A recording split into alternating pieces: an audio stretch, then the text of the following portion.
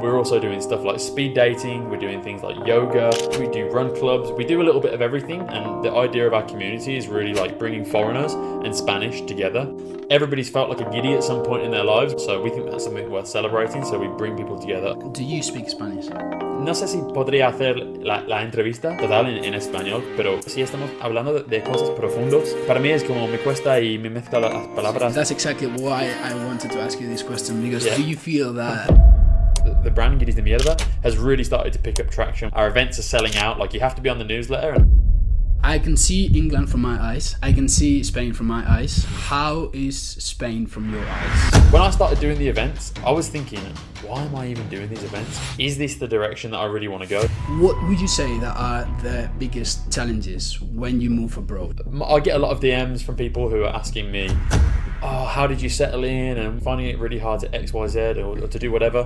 The main thing that people struggle with is, and when people come to me and they're like, oh, I met up with a person that I met at one of your events the other day. And someone told me yesterday, in fact, you've just completely changed Madrid for me. You look around, see people smiling. I'm like, okay, this is why I enjoy it.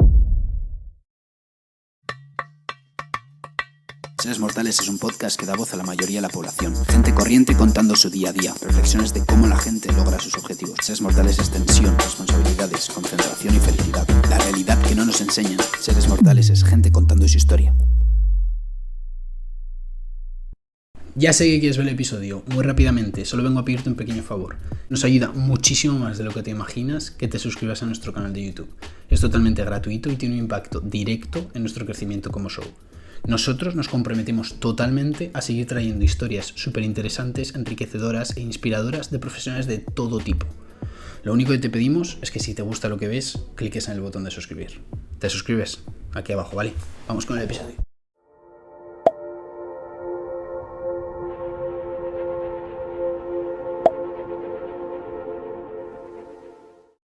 Tom, who are you and what's your mission in this world? I actually read the questions that you sent over beforehand, and I thought, wow, what an interesting way to start, right? It's a super, you dive right in terms of what's my mission on the world. I don't know, I've been questioning this a lot recently and thinking, okay, why am I doing this? Because, I mean, why do I do what I do? And the answer is I don't really fully know. I think my mission at the moment, at least, I don't know my mission for life, but my mission at the moment is probably of an exploratory nature. I'm trying to explore, I'm trying to find the right balance in that Venn diagram of like finding something that I enjoy, finding something that people need, finding something where I can make a living. And I think somewhere in the middle of that is a life of purpose and happiness. But I came to the conclusion recently that I think life's about ups and downs, and ultimately I don't know what my long-term purpose is, but I just want to be able to say when I'm 80 that I lived a good life. Sounds interesting. We've got a very interesting episode today. Okay. There's lots to get us through today. There's many ways I could start this interview with, but I truly believe that to understand the person that sits in front of me today, we need to know about his past. Mm-hmm. What do I need to know to understand from your early days? What do I need to know to understand your decision of moving abroad, starting a new life, and making it work? To understand me now, what I think probably, if I'm being completely honest, I mean, there's a lot of things, right? Obviously, I'm 31 years old, so I've done a fair amount of things in my life in terms of like traveling and that sort of stuff. But I think if we're taking it way back, I think a lot of the advice that my dad has given me over the years. My dad is someone who, when he was 16, he basically left home and joined the British infantry, joined the army, and then was in the army for 5 years, and then left and joined the police. Was in the police for 10 years, then left. Wow. And now he works in football, for example. He's the head of recruitment for the academy at Aston Villa, so he works like Nice. In football, which most people love. I don't really give a fuck about football, so it's not a cool job for me. I appreciate it's a cool job for him, but everyone's like, no way, your dad works for Aston Villa. Yeah, For me, I'm like, whatever. Like, I've got no interest in going to the games, really. I've got no interest in meeting any of the players, and I never wanted to be a footballer. But what he taught me was, like, every time that he didn't like something in life, in terms of career-wise, he just changed, and that doesn't matter if he was like 5 years into the army, whereas in the UK, I'm not really sure how it is in Spain actually, but the army is like a set career. If you stay in the army for 10, 15, 20 years, you can retire very early at 50 and have an amazing pension for the rest of your life. Police is very, very similar as well. But he just wasn't feeling fulfilled in these jobs, and he just, when he felt like he wanted to leave, he just left. And I think his kind of perspective was, you've got to enjoy what you're doing, you've got to enjoy your life, and you only get one life, right? So as cliche as that is, so if you're not enjoying it, what the fuck are you doing? Just leave, you know what I mean? And I think I've tried to take that on board with everything that I've done. I've had loads of different jobs in my life, and I think that I've taken, like, when it comes to career and stuff like that, I've taken lots of risks, and even outside of career, I think I've taken risks, and that's actually a goal of mine going forward. I want to take more risks, because I think that, like, that's how you end up getting lucky, is by taking bigger and bigger risks. Yeah, sure. And so so I think that's how you understand. I think a small part of me, at least, what I'm doing now is, I mean, I can attribute it to my whole family, but definitely my dad has taught me, if I'm not doing something I enjoy, then just change it and just take a step in the right direction, and just keep taking those steps, basically. Taking action, right? Taking action, yeah. Taking action is super important for me. Yeah. That advice is very, very interesting, because I had a similar experience.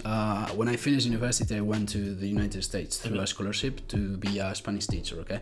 So I lived there for a year, and I taught Spanish. So the amount of experiences and emotions that I felt and people that I met in a very short period of time was insane, you know? Yeah. So when I got back to Spain, I had a little bit of like a cultural shock, and because I felt that life had been in pause. So my friends' lives were the same, my family's life was the same, everything was the same. I had friends that I used to have, like, I was playing football by that time, is what I did by that time. So I was doing the things that before going and before leaving for the first time, I was enjoying. I was not enjoying them anymore. You know? So I felt I need to go again. So that's what made me feel that I had to go again, because what I thought is, how many years do I need to live here in Spain again to live the amount of experiences that I've lived abroad in this short period of time? And the maths didn't work, so I was like, okay, I need to go. And that's the reason I went to England, and I've been there for 4 years and it's been amazing. What is that made you feel that you were ready to go and that it was your time to go? To leave the UK? Yeah. So it's funny, because in the UK we have a bit of a different kind of culture when it comes to university. So I'm from Birmingham originally, so that's where the Peaky Blinders is kind of Peaky Blinder here. Yeah, Peaky Blinders fans out there. That's where it's set. I don't think it's actually filmed there. I think it's filmed in Manchester. Yeah. But Birmingham is a bit of like a shithole, basically. Peaky Blinders makes it sound kind of like cool and stuff, and it's like Tommy Shelby and all that sort of thing. But really, Birmingham's a bit of a shithole. So I was always really looking forward to leaving Birmingham. And when I went to university, I went to Leeds in the north of the UK. Yeah. And so that was when I was 18, and I never returned home to live again. Obviously, I go back there all the time. I'm really close to my family. But I never returned back to Birmingham to live. I spent 4 years in Leeds, and when I was in Leeds, I ended up meeting a Spanish girl, actually. And she was from Madrid, and then I kind of started falling for her, but I already had this big plan to travel the world. So I planned to go to Australia, Thailand, all the Southeast Asia kind of stuff. And so I went over there and did that, but always kept thinking about this girl. And then eventually, after like a year and a half, I was still speaking to her, and she was like, "Hey, do you want to come to Madrid and just see what the life is like in Madrid?" And my visa was coming to an end in Australia anyway, so I was like, I've got no idea what I'm going to do. I had no idea about career. I had no idea. Like, I knew I didn't want to start the grind, the rat race. But I didn't really know what I wanted to do. I had no prospects, basically. I had no like qualifications. Well, I had my university degree, but I studied biology, so it's not a super useful degree, you know. It's not like you're really thoughtful of what to do, right? Yeah, I had no idea what to do. And so she was like, "Come to Madrid," and I was like, "Well, I've got no better plans," and I was really into this girl. So we weren't together or anything, but I was really into her. So I moved to Madrid. I moved to Alute. I don't know if you know it. It's in the south. It's in like the south of Madrid. Where is it? Alute. It's like the green line, or I don't know. I'm not good with the numbers, but it's like the green line. So it's far away. It's in the south. It's still on the metro, but yeah, moved there. Like probably was the only English guy at the time in Aluche. Now there's probably more, but like, but yeah, I was probably the only English guy at the time there.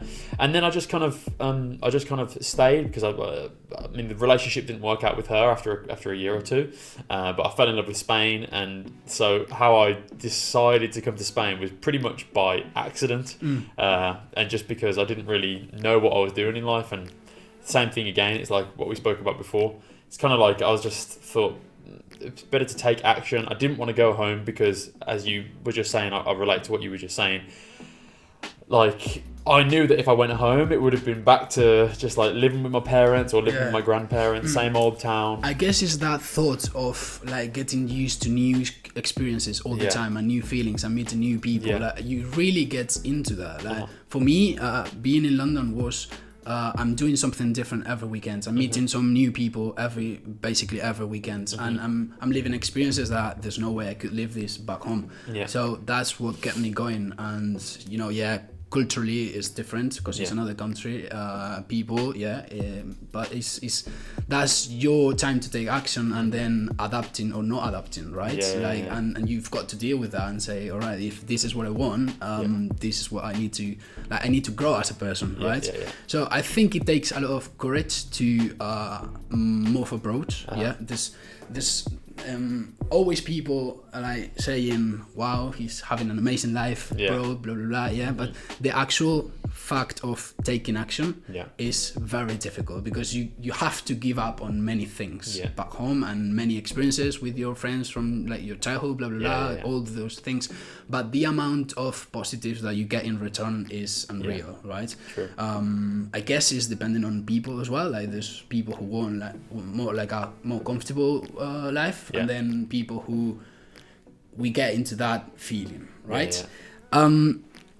What would you say that are the biggest challenges when you move abroad? And so once you make your mind up and you take action and you get to that country, everything is new. What would you say? Because there's many people in that position, and I think like many people can benefit from hearing these stories. So what would you say they are? The most difficult thing when moving abroad?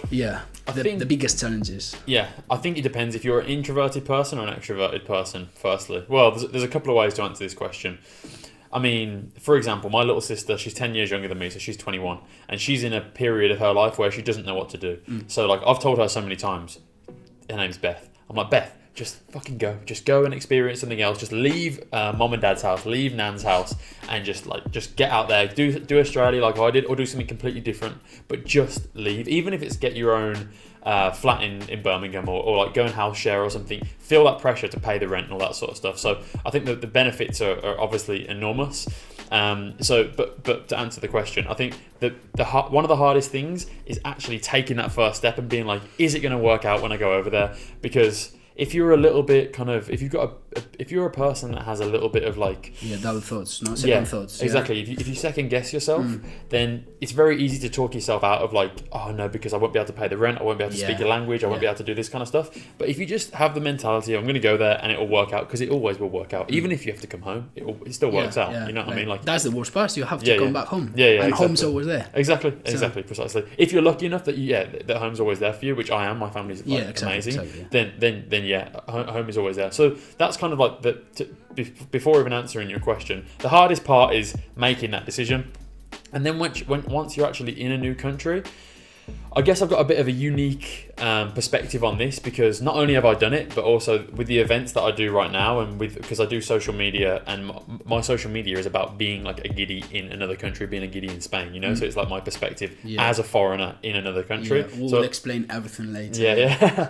So I get a lot of DMs from people who are asking me, oh, how did you settle in? And I'm finding it really hard to XYZ or to do whatever.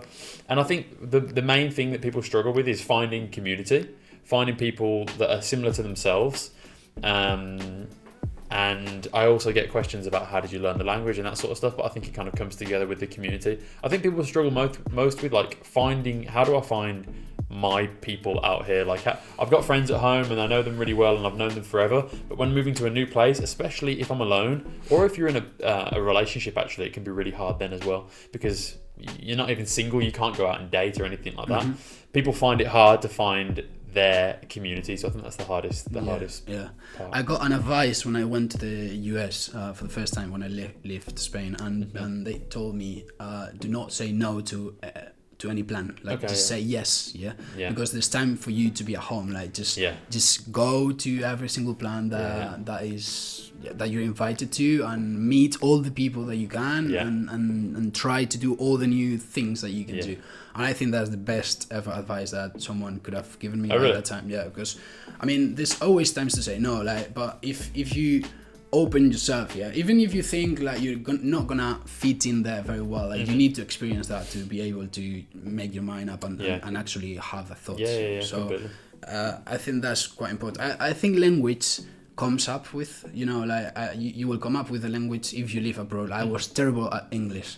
When I went to the US, I didn't know much English. Like this is the funniest part of my life. Like I've always struggled with English. Oh really? Always. Terrible at high school, terrible at uni, really struggling. So that's why I went to the United States because Immersion. I am a teacher, so a primary school teacher, and I knew that if I wanted to be someone and actually get in a job, I had to learn English, and there was no time, there was no way that I was gonna learn English by being in Spain. So when this opportunity came up to me, I was like, this is the chance. I need to go and do it, and that changed. And now your English is great now. This is amazing. So that decision, it was like a turning point.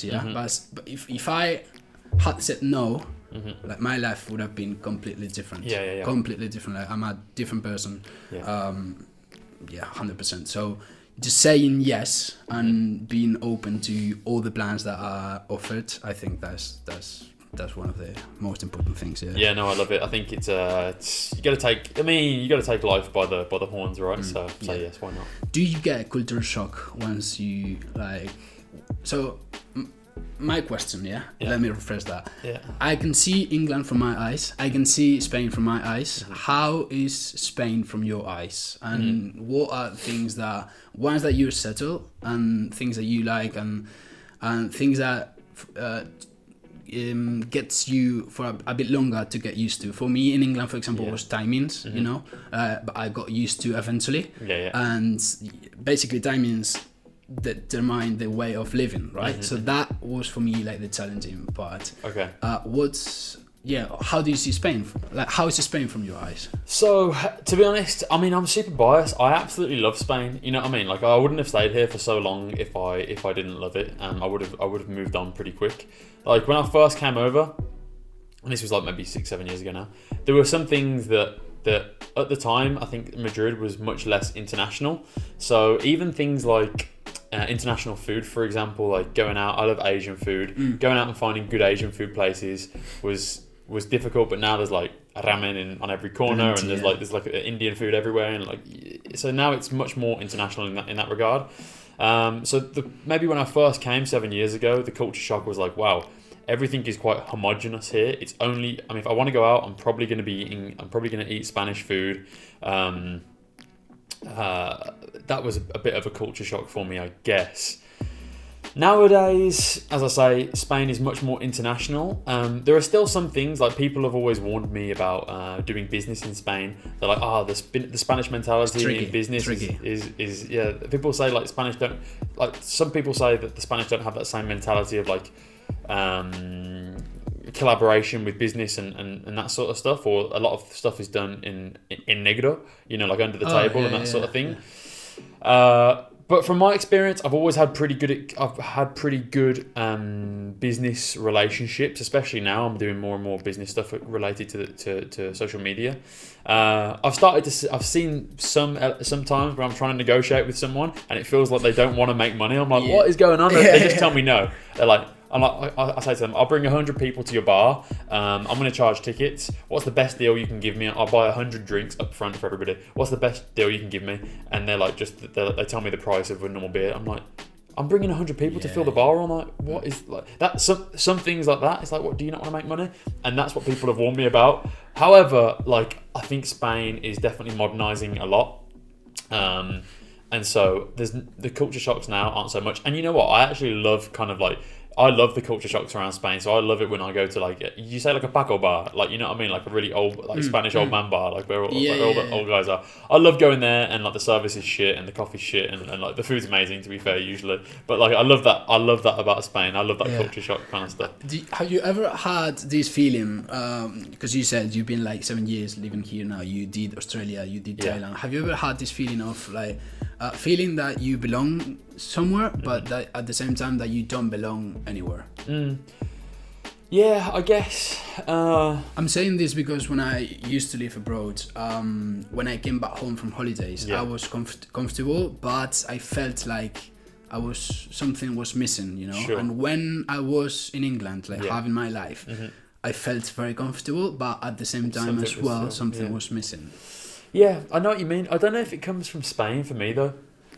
For me, it kind of comes from, since I've started doing social media over the past couple of years, and like starting the entrepreneurial side as well, because it's not only the social media making videos, it's also like the community and the clothes and all this kind of stuff. So starting the entrepreneurial journey without being too cheesy, that I've started to feel like in that regard, like something is missing, because I kind of feel like I'm doing the exact right thing, and I feel like I am on the right path for myself. But kind of what you spoke about before is related, I guess. It's like when you start really only caring about your path and like your purpose and that sort of stuff, you have to start sacrificing other things in life. So some of my relationships, for example, have definitely, I can't do the same things that I used to do. You know what I mean? Like I don't have as much social time with friends. Like now I'm doing lots of events for big events with lots of people, or some of them are smaller, to be fair, as well. But I feel like naturally, because I'm changing my purpose and I'm going after what I really want in life, there are sacrifices, and I feel like there is something missing. Maybe the more I go towards my goals and my like dreams and like making what I want come true, there's also the negative side where like maybe like some of my best friends and like the best relationships I had before, I don't see them as much anymore. And it's something that I've thought about a lot, and it's just something that I've learned to kind of accept. Even though it's kind of a sad thing in a way, it's also something that I can accept as, well, I still love these people. Our relationship, it doesn't mean that we love each other any less. It just means that our relationship maybe has, like, the dynamics have changed a little bit, you know what I mean? So. Yeah. Do you speak Spanish? Yes. Bueno, hablo español. ¿Sí? Es que yo no sé si podría hacer la entrevista total en español, pero bueno, sí, hablo. Yo creo que sí podríamos, pero bueno. Sí. O pues, a lo mejor que sí. Es que al principio puedo hablar así, como con esas conversaciones hago siempre, pero si estamos hablando de cosas profundas, para mí es como me cuesta y me mezcla las palabras y tal, ¿sabes? That's what I wanted. So that's exactly why I wanted to ask you this question, because do you feel that so a person who speaks two languages, there's this thing that people say that you've got like two personalities. Oh yeah. Like two different personalities, and I agree with this like 100% because I think that when I'm with someone, for me just now you just cracked on speaking Spanish, and to me it looked like a different person, you know. Like I in my head you were a different person. This is amazing because it's the way it is. For me is people say like people have two different personalities, and I'm like, because you have to be two different persons, right? You have to be two different people. When you speak in English, you're speaking English because you usually are speaking to someone who is English, right? Or culturally different to you, right? So you're trying to adjust your personality and try to fit in, right? With their experiences, with their culture, with their actions, whatever, right? So I do not act the same way when I'm in England, for example, and I'm with my English friends and speaking to them, and the humor is different and the way of thinking is different, right? And I think that's because you are just adjusting yourself to try to fit in with them, you know, to that cultural spot. So I think that you really need to be like, it's something that you don't choose when you speak like good enough both languages. It's something that just comes and you just have to deal with it. And at the same time, has it ever happened to you, for example, if you are so the way I see it in my head is like, in my head, literally, I've got a picture from like many years ago where I see two cars. Yeah, I've got a red car and a blue car. Right. So red is Spanish, blue is English. Okay. When I'm with someone, so my brain structures this way. Like when I'm with someone who speaks, like when I'm in an environment, it's like Spanish environment. I'm driving the red car. Yeah, it's like moving all the time. But at the minute that someone starts speaking English, like my car, like it jumps off and gets into the blue car, and this, it takes me longer to then speak Spanish, like and you end up missing words and that. Like, what are your thoughts on this and on having two different personalities? So how do you see it? I see it similarly, yeah. So for example, people have always told me like what you just said, like, whoa, it seems like a different person when you speak English or Spanish. It's true, and for me, I think, at least from my experience, it comes down to confidence as well. In English, I'm pretty confident, you know what I mean? Like, it's my native language. Also, as an English speaker, we have the upper ground on if anyone doesn't speak English as their first language. We obviously have the upper ground, the higher ground. If we're coming into a negotiation, for example, and we're speaking English, it's my native language. I'm very, very confident, and I know that I've got the language advantage at least. You know what I mean? So it's a confidence thing. And then when I speak Spanish, I have nowhere near as much confidence. I'm way more. If I'm in a group, for example, I'm thinking, am I going to say this right? And sometimes I won't even say anything because I don't know if I'm going to say it right. So it's the confidence thing. I can't be funny in Spanish. I don't have a sense of humor in Spanish. Well, I mean, eventually you'll get it. You've been here for 7 years. I'm sure you have some. Yeah, I mean, it's okay. It's a different sense of humor though, because in English, absolutely. In English, my sense of humor is like, I guess, more sarcastic or like more. I think it's more subtle for the most part. But in Spanish, I can't be as subtle, so I'm way more like obvious with the humor. You know what I mean? It's difficult. I don't have the same command over the language. Yeah, absolutely. So I can't be as not that my humor is particularly clever or intelligent. Anyway. No, but I relate to that a lot because the more that when I moved to United States, to England, the more I started to understand my friends, the more that I used to laugh with them. Because I was getting the jokes, because it was like sarcastic, and that's the sarcastic humor is the most difficult one to do in another language. Because you're not being yourself as a sarcastic person in English. You cannot just translate that stuff and just say it in Spanish. It's not going to work, because sarcastic is different. The sarcastic humor that you use in English is different to the sarcastic humor in Spanish. So you've got to be very quick. So the more you understand, and this is funny because literally the idea of a friend like that I had, it changed eventually. Like, oh fuck, he's very clever. Oh, really? Because he's very quick. I didn't used to get his jokes, you know, but the more that I lived with him and the more that I got into the conversation and getting his jokes, I was like, fuck, this guy is clever, and I was having no clue what he was saying. That's funny. So, but I really think that is very interesting. Like those like two personalities. It's true with sarcasm as well, because like I think that if in Spanish, a lot of the time, if I would hear sarcasm in English, I would usually instantly be able to tell that someone's being sarcastic just from the tone or intonation of their voice. But in Spanish, I would probably take it literally. You know what I mean? A lot of the time, I take it literally, and then maybe I'd click on like, oh, okay, it's sarcasm. But definitely initially, I think I would take it literally, because I'm just worrying about translating rather than understanding the tone of the exactly. tone It is of very interesting. Tom, one of the reasons you're here is because you're adding so much value to many people's lives, because you you have created this community and you are making all these events and everything. Tell us about it. So basically my brand is Guiris De Mierda. Obviously, it's like you're a joker. Yeah, you like that. I really like it. When I saw it, and I was speaking to all my friends, like, who are you filming with this weekend? And I was like, look, there's this fucking joker who just created a community, Guiris De Mierda, and I was like, such a person. Yeah, thank you. Well, that's the thing. Some people love it, some people hate it, but people don't forget it. If you hear Guiris De Mierda, and you speak Spanish, then you don't forget it, you know what I mean? Especially when you, like, I'm the biggest giddy out there, like I wear socks and sandals and that sort of stuff, so I embrace it. You do now. Yeah. I have to now, it's part of the brand. I even got it tattooed on me. I don't know if the camera can see. Guiris De Mierda, so I'm committed to the brand, you know? T-shirt as well, yeah. Huh? The t-shirts too? Exactly, the t-shirt. I mean, we've got, so there's two, as I say, so I'll tell you about it. So there's two halves of the brand, there's two sides of the brand.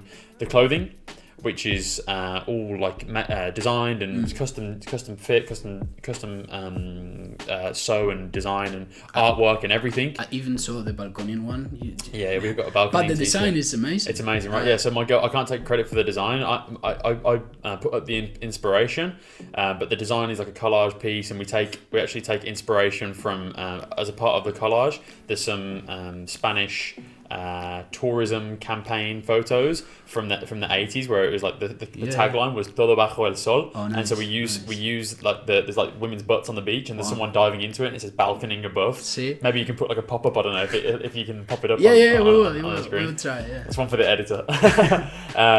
So we try and have fun with it. We try and have a little bit of fun with it, but we're also making high quality clothing. They're not cheap, they're not mega expensive, but they're not cheap t-shirts because it's not fast fashion. They're really high quality. They're really nice, basically. So that's one half of what we do. The other half is the events. So it's the community side of things. So we do everything from we do big events like after work beers. Obviously, you probably know in the UK there's a big culture of after work beers. Like you go to the pub after work. So we're doing little things like that to bring that kind of culture over to Spain. We're also doing stuff like speed dating. We're doing things like yoga. We do run clubs. We do a little bit of everything. And the idea of our community is really like bringing foreigners and Spanish together, under the idea that everyone has felt like, especially now in modern times, you're a perfect example. Everybody's felt like a giddy at some point in their lives, whether they're Spanish or not. So we think that's something worth celebrating. So we bring people together under that kind of under that philosophy, and that's what it's all about. And that's why in our community we have lots of Spanish people. We have people from all over the world. Like in our last event, there was someone from. I mean, we have lots of Latinos. We have someone from Japan. We have someone from. We have Koreans that come. We have people from all over the world. It's not just like typical giddies English and Americans. There's people from all over the world, and in fact. The Guiris, the traditional Guiris, the Northern Europeans, are actually outnumbered. There's people from all over, and we love that. That's like what our community is all about. In fact, a couple of weeks ago, we took 20 people and did the Camino de Santiago. 20 people from the community. That's amazing. Yeah, we're actually we're doing it again in June and July, and we're going to be giving away places to do it with us as well. So so watch out for that. We're going to be giving places away to come with us, because the first trip was such a success. It was fucking amazing. I loved it, and I'm working with my business partner, and we've organised 2 more trips basically. So we're going to be doing more. So that's in short. That's a little bit about our community. And the community side of things, the brand Guiris De Mierda has really started to pick up traction, which is for me is amazing, because it shows us that we're doing something right. Our events are selling out. Like, you have to be on the newsletter, and all of our events sell out pretty much in like an hour, 2 hours after posting, which is crazy. We do all sorts of stuff. But see, this is what we were speaking about earlier. Like, I asked you, what are the biggest challenges when you get abroad to make that life work? Because many people give up, and as you said, if you are not very confident of moving abroad, you're gonna make excuses out like very easily, right? So one of the biggest, challenge was finding that community, and here you are, you've clicked with that, and you're kind of bringing people together, which is amazing. Yeah, but honestly, it happened completely organically. Initially, big things usually happen quite organically, for me, and that's why it's amazing, because it wasn't something that, now obviously I'm treating it as a business, and I'm treating it as it should be treated, lots of planning and partnerships and all that sort of stuff, to make these amazing events, because we like to do stuff that's a little bit different. It's not just like after work beers is very easy, anyone can do it, but we do stuff like speed dating blind and that sort of thing. That's Camino de Santiago, that kind of stuff, like secret rooftop gigs. It's these kind of events that you can't just go and just do them, what I mean? Like, we do stuff a little bit differently, and it happened naturally. Like, initially I was making videos on Instagram, and I was like, I was thinking I would love to meet the people who follow me, so I was like, let's just go to Mercado San Fernando in Lavapiés. This was like this time last year kind of thing, actually. And 25 people showed up. We had an amazing time. I was like, whoa, this is pretty good. We did it again the next month. We did it again the next month. At the start, and it escalated very quickly. Exactly. At the start, it was just one a month, because it took a lot of planning for me, and it was like quite a lot of organization. But now everything's smoother. Now, next week coming, we have 4 different events. We have a Guiris pop-up shop. We're doing it in a cafe. We're closing down a cafe. We have a family meal, which is like 20 people, like amazing food. Someone's gonna, one of our partners is going to cook for us. We're doing another speed dating in Salamanca. In Salamanca, So you're like really. We're all over. Yeah, we're all over. We do Lavapiés, we do Salamanca, we do Santiago. There's you know what I mean. So we're all over, and we were trying to expand at the moment to Barcelona and maybe Valencia. But that's a story for another day because we haven't done it yet. If you had to do what's the best part of it, what would you say? The best part of what, social media or the events or what? The events. The best part of the events, honestly, this is, and I'll be completely honest and transparent with you because I think I've like looked into your podcast and I really love the work that you do as well. And the impression that I get is like people are quite honest and open. Yeah. When I started doing the events, I was thinking, why am I even doing these events? Because the more that we did and the more organised they became, it became a job. On the nights themselves, I was just speaking to 100 people and like I was leaving exhausted. You know what I mean? I was like, fuck. I had 100 conversations, but they were all really similar conversations. And I was thinking, is this the direction that I really want to go? So I was finding that really hard initially. But as the events have went on, I've found ways to kind of like, I think 'cause I was getting very stressed. I was stressing myself out about like, is everybody having a good time? I need to speak to everybody. Yeah. And it's a process though, no? Yeah. Because you've got to, as well, get used to it. Yeah. You've made something very big. You've got to adapt to that but you will learn eventually, right? Exactly. But what I've realised as well from speaking to people that do events and speaking to other people that have been doing it for longer than I have is that people don't come to the events for me. They come for the community. They come for like-minded people. It doesn't matter if I'm not speaking to every single person. I don't have to bear that responsibility on my back. Actually, you can take a step back. You can look around and you look around and see people smiling. I'm that's like, okay, what you enjoy. This is why I enjoy it, and that's the kind of moment. That's the best thing for me when I realise, I can step back. I can enjoy it. And when people come to me and they're like, oh, I met up with a person that I met at one of your events the other day. And someone told me yesterday, in fact, you've just completely changed Madrid for me. Like, I didn't know anyone. I came with my partner, and it's really hard to meet people when you've got a partner because I'm not dating, and it's like hard to meet friends when you're over 30.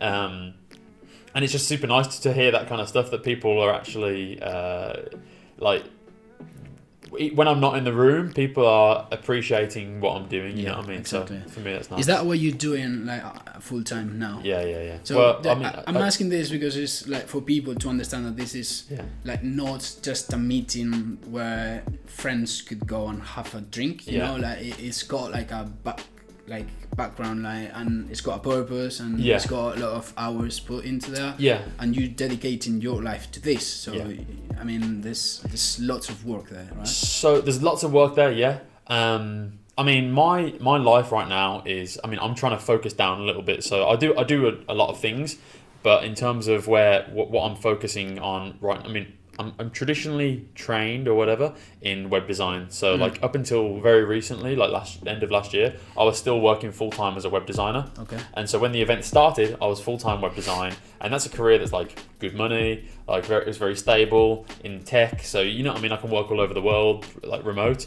But for me, it was like lacking any purpose. I really hated working for the boss. You know what I mean?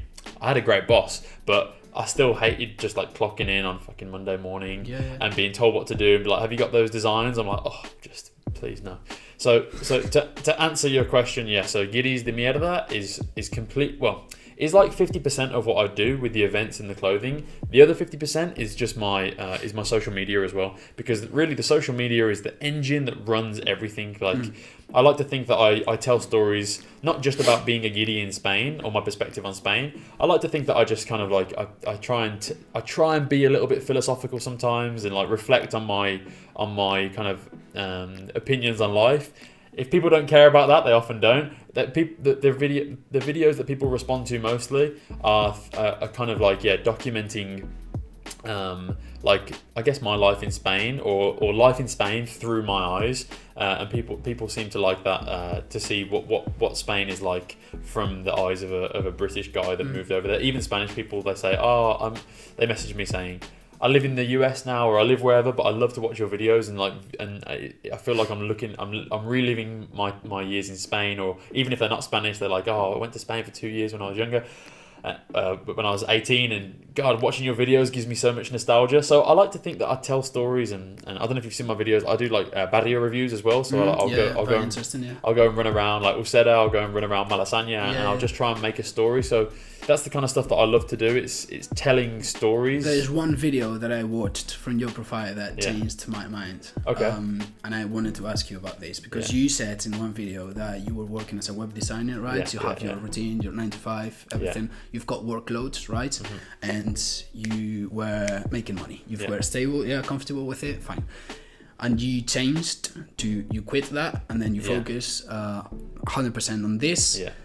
Which started being a hobby, but you have ended up putting many hours into it, and the workload that you probably have now is similar to the one that you had when you were a web designer, right? Mm-hmm. And you're doing that, you're like kind of making money out of that as well to keep yourself comfortable in that. And you said in your video, what's the point of me doing this if the routine and the workload that I used to have is similar to the one that I have now? Yeah. And you said this thought that changed everything, and is, well, what makes for everything to get to make sense is that I could this week said I'm going to the Camino de Santiago. I don't have to tell anyone about it. I'm just myself. I have booked everything, and I'm free to go. And so I understood that, because many people think if I do what I like, I'm gonna have more free time, right? And I'm gonna do what I like, so I'm gonna feel amazing doing it and everything. But it's not actually true, because you've got to put the work in as well, right? It's those little moments of, okay, I am in charge of my life, right? And I can decide what to do, when to do it, and how to do it, and I don't have to explain anything to anybody. That's what clicked to me and said, okay, that's... So when things get purpose, is when what makes everything to make sense, if you know what I mean. Precisely. So that video, that was something I actually realized when I was on the Camino de Santiago. It was like a lot of people go on the Camino and they're searching for something, or they want clarity on their lives, or maybe they don't. But a lot of people that I spoke to, they were at a point in their lives where they were like, I want to take this risk, but I don't know if I should do it. So I didn't know. I went into the Camino thinking that I would have a moment of revelation, or I'd have this moment, this epiphany. And I didn't really while I was on it. It was only when I was reflecting afterwards. And I was thinking back to the longest day. They call it the rompepiernas. It's like the day that the leg breaker, and it's like 28 kilometers or whatever. Yeah. It's the longest day. So and that day you can actually do it in 2 parts, or you can just do it in one. Right? I mean, it's like the Camino. You can do it however you want to do it, really. But yeah, exactly. So you can do it in 2 parts as well. And I was looking back on that day, and on that day in particular, it rained the whole day. It was awful. But it was my favourite day. I walked off alone. We had some lunch. I walked the first half of the day with people. We had some lunch, and the next half of the day I went alone. I was like, I want to just do it alone. So I powered ahead of the group, had my poncho, and it was raining, and I was just really enjoying myself. I was listening to UB40, which is like a band from Birmingham from 30 years ago or whatever. And I was just really enjoying it. And then afterwards, that's when I kind of thought back and thought, okay, that's why I'm doing everything I'm doing right now. It's so I can kind of be the master of my own time, of my own story. It's not like, I mean, and some people like the 9 to 5, so I don't like to shit on the 9 to 5 so much, because some people it brings them a stability, it brings them purpose, which is fair enough. But for me, when I was doing the 9 to 5, I was just sitting in front of my computer, and I was looking outside, thinking, I'm wasting my life in front of this fucking computer. And maybe that's a mentality thing as well. Maybe if I had a better outlook, I wouldn't have thought that, but that's the way I was feeling. And so to now be able to kind of create my own destiny, and to create my own experiences, and if I want to go and do the Camino de Santiago, not only can I just do it alone, but I can also partner with my business partner, and we can make an experience and take 18 people there and have an incredible time, because the reviews for the trip as well were insane. Everybody had an amazing time. 2 people fell in love. There was romance. It was just amazing, you know what I mean? And on the last day we had this big party, and it just felt like a family, you know what I mean? It was only a 6-day experience, so it's not even that long, but you bond. And to be able to make those experiences, not only for myself but for other people, maybe that ties back into your last question. What's the best part about doing the events? Maybe it's that sort of thing, doing the events that really go deeper as well, rather than I mean, there's a bit of a flavour for everybody. Of course, if you go to an event with 100 people, it's fun. You meet lots of new people. But also, if you do something for 6 days with 20 people, so intense. Yeah, it's intense, and you feel like a bit of a family at the end. As cheesy as that might sound, it's true. I did the Camino this last summer, so I know what you mean when you tell about it. The people ask you this question. So we find ourselves in a situation where everyone that we didn't know were asking us, and this was like more grown people, you know, like more like older people than our age. How old are you? I'm 29. Well, 28 will be 29 July. Okay, but cool. Yeah. So we were finding ourselves in the situation where people were asking us all the time, "Why are you doing the Camino?" Did you get that? No, to be honest, we didn't get that much. No. I mean, I think usually on the Camino, we were in quite a big group. So although I did speak to other people who weren't in our group, a lot of my conversations were with the group, and we didn't really. I didn't really get asked so much why, because I guess like I'd be the one that organised the trip and stuff. Yeah. But I did have lots of conversations, rather not about why I'm doing the Camino, but like more about like why I'm doing what I'm doing in life, kind of conversations we've been having today, kind of like those deeper conversations. Yeah. And maybe that I did in the summer, there was many people, you know, and we find ourselves where everyone was asking that, and we were like, this is weird, like everyone was asking this. So we took it, like, we didn't take it seriously the first time. Why are you doing the Camino? And we said, we're just a bunch of friends who decided to do it, you know? Yeah. And then we found out that it was like the most popular question to ask when you meet someone in the Camino. Interesting. And people were expecting like a really deep answer from us, and we were just don't give a fuck about it. So they were a bit surprised at the beginning, and then as we got into like the second, third, fourth day, we were more open, and we started thinking, you know, because that got us thinking, okay, why am I really doing this? Like we're a bunch of friends, but I mean, it's not going for a drink on a Saturday night. I'm just I'm taking myself for long walks, and my feet are hurting, blah blah blah. So that's what got us to think of a deeper answer. And I think those moments is when you really reflect on your ideas while you're doing the Camino. Is there any particular day or anything that you saw during the Camino that made you think a little bit more, or made you more thoughtful on something from your life? Yes, definitely. But you can't. What was your why in the end? You can't. You were teasing. You're teasing the answer. You haven't given us your why. What was your why in the end? Why did you do the Camino? What was mine? Yeah, you said that people asked you, and then you were thinking about it, but then you didn't tell us. Okay. Well, mine was that I came back last year. Yeah. I came back to Spain last year, and I guess I've always wanted to do the Camino. I had like summer holidays, but I was always busy because I was in England. So when I was here, I was like, okay, I need to do it now. The reason why I did it is what I thought. It was, did I really make a good decision on coming back to Spain? Okay. Because I was really thoughtful on this when I came back, and I'm happy to say that the answer was yes, because that's what I've always wanted to do, like be an English teacher here or be a teacher in Spain. I found out I want to be an English teacher later, but being a teacher in Spain, and that's what I got. And because I had a girlfriend by the time in England, and we had like this long English or Spanish, but in England. Okay. So I lived like huge amount of experiences in London. So there was many positives and negatives about me coming back. Okay. But I guess the positives won, but there was this thought of should I do it or not. So I took the Camino to reflect on if I had made a good decision. Okay. Because I was leaving many things, many positives behind, but I knew that I had to work towards my end goal of coming back. Okay. Still think about it nowadays. Of course, It's always it's this thing that stays with me, but I feel that I did the right thing. The right thing, yeah. Well, I'm glad that that's the conclusion you came to. But it was very superficial at the beginning. That I didn't think about that. Like, I think it was me finding something to think about doing the Camino more than why I'm doing the Camino to reflect on this. I found that I had to reflect on that more than what I did. Okay. So I found that, So the Camino kind of gave you the question and the answer. Exactly. Yeah. Interesting. Yeah. I knew that going there was gonna get me thinking. Okay. Yeah. And I've only came back, so I knew that was the thing. And still think about it nowadays. Yeah. You will, exactly, and I think this is something. Well, Spain is, as I said before, it's like it's a country that's modernizing. So I think maybe if you rewind 10, 15 years ago, maybe moving back to Spain, you would have. There's much more kind of like.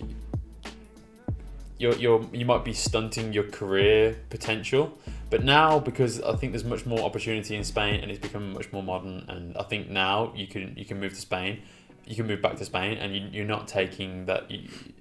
There's not as much risk, you know what I mean? You're not sacrificing your quality of life so much, or quality of career so much.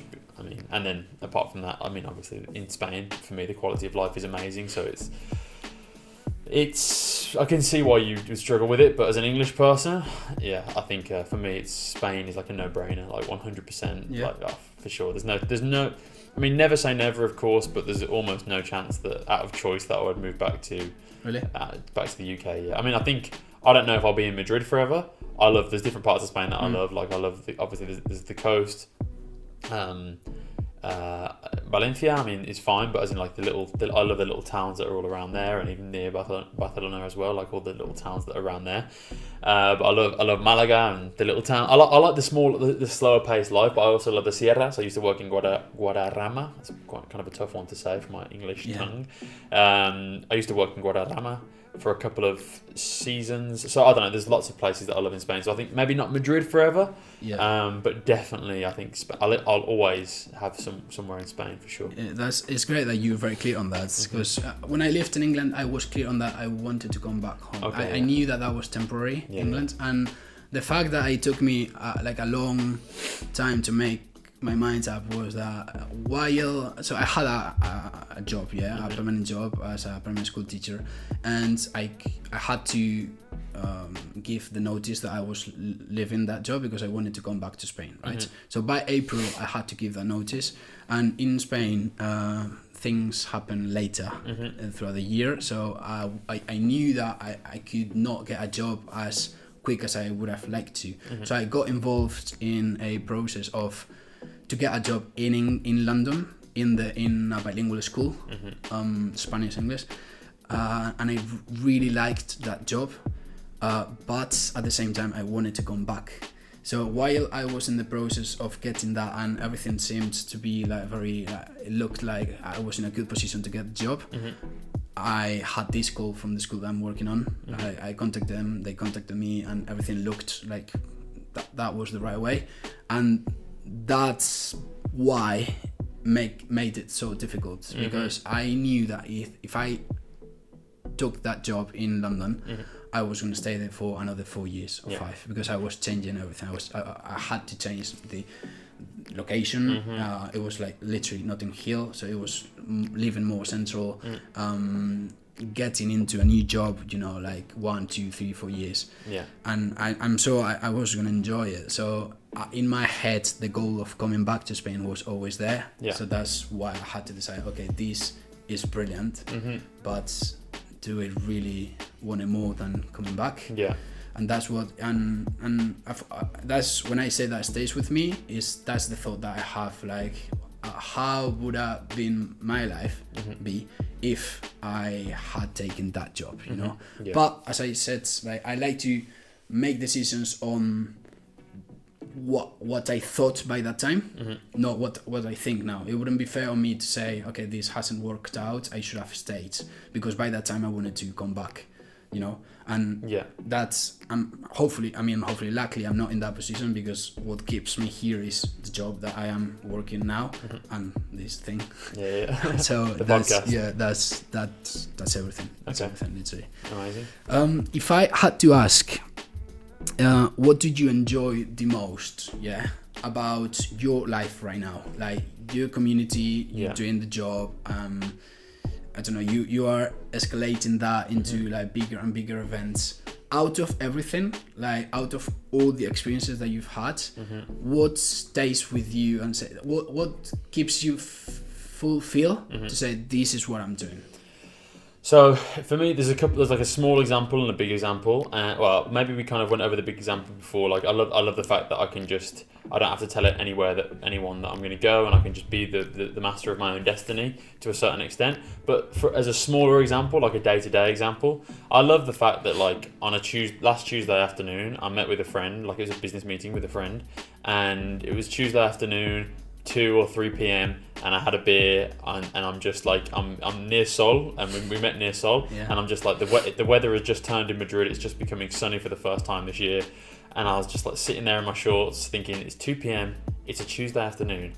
I'm just gonna order a fucking beer. I don't care. Like I'm loving life at the moment. You know what I mean? That's quite it, yeah. I'm on nobody else's time. I'm only on my time. And yeah, I've always loved the idea of doing not something in events as such, but I've always loved the idea of being like a middleman and knowing lots of different people and being a good connector of people. Don't ask me why I've always loved it. I've always just, maybe it's because that's something similar to what my dad does. So that's the example that I've seen. He's not a middleman as such, but like he's got people phoning him all the time. He's kind of like a touch point for a lot of people.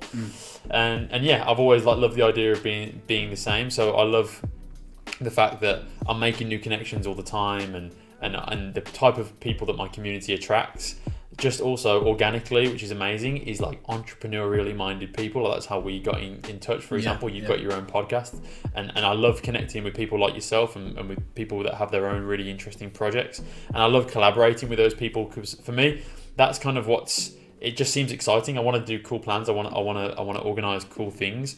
Not only for the brand and not for myself, but just to make those experiences happen. Like I said to you before, like I love the idea of like when I'm 80, I can be like, yeah, I gave it a good fucking go, and I gave it my all, and we made some cool stuff happen. I can find similarities in what we do. Like you bring on people together, right? Mm-hmm. And you add value to that. I do this to try to tell stories of people who do what they want to do, and they have made the most out of their chances to do what they want to do.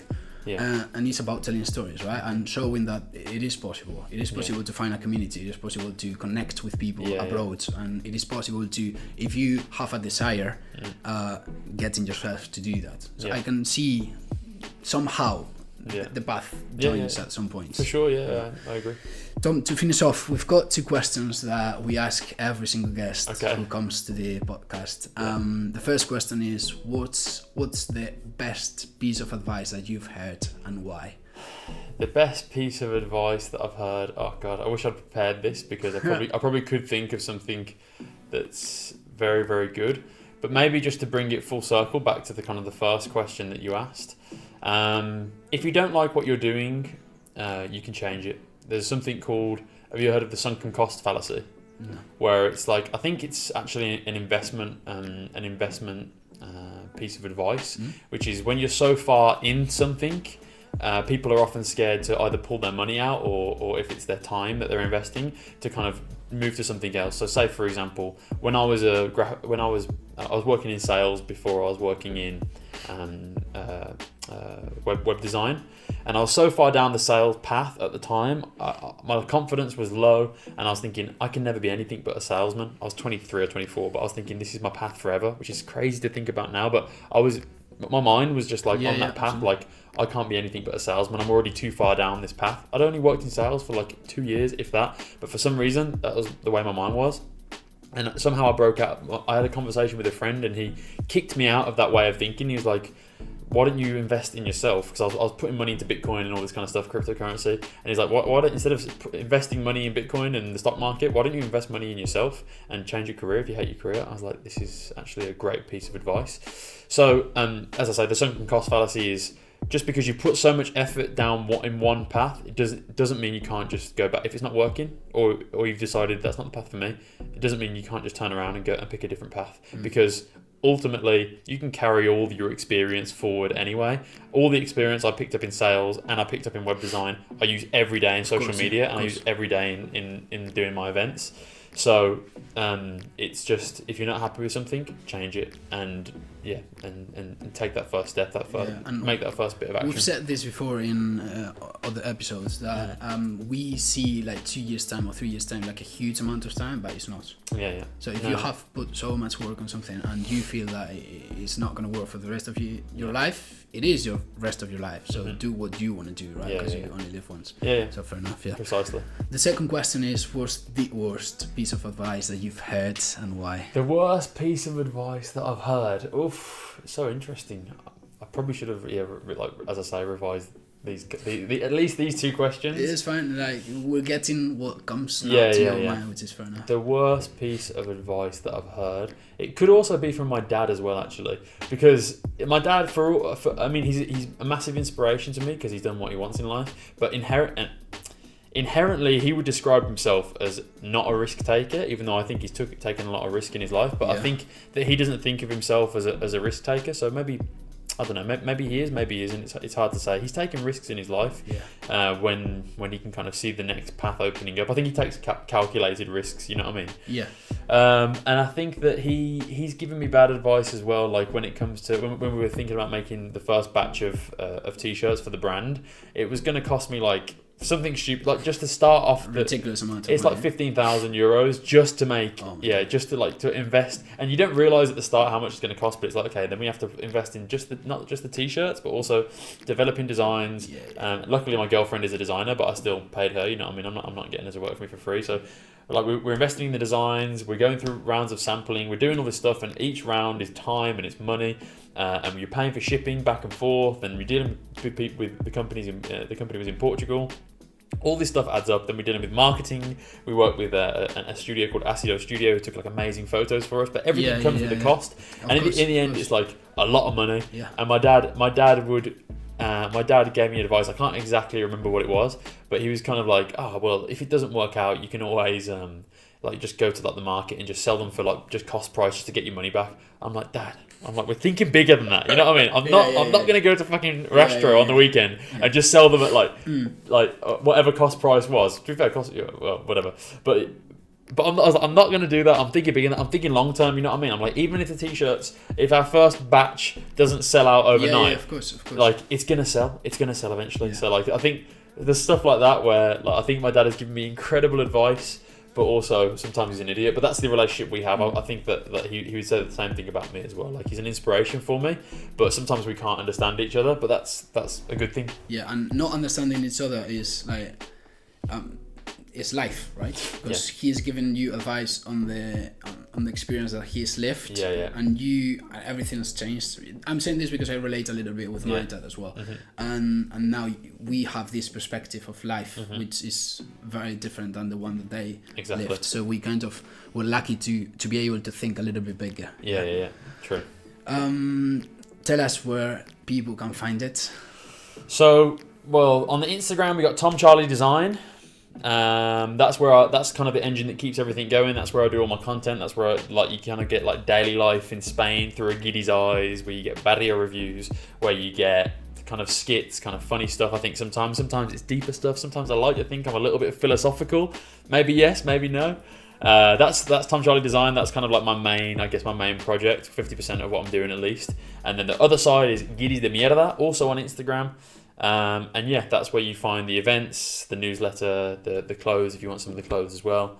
That's where the purpose, that's where the mission is right now. That's where people seem to be outwardly people seem to be most interested in the Guidi's mission, bringing people together over the idea that we've all been a Guidi at some point in our lives, especially in modern times. Absolutely. And we feel like that's something that's worth celebrating. So good. It's been amazing, Tom, to have you here with us. It's been great to be here. I really appreciate for you to come here.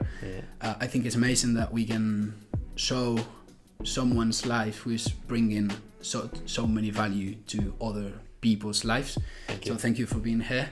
Thanks for having me. I'm sure that there's some time in the future that we can do something together. I'm sure about that. Sounds amazing. It sounds to me that it's not gonna be the last time that we hear about Guiris De Mierda. We'll put all the information down here so everyone can see that and look for it. Cool. And nos vemos en el próximo episodio de Seres Mortales.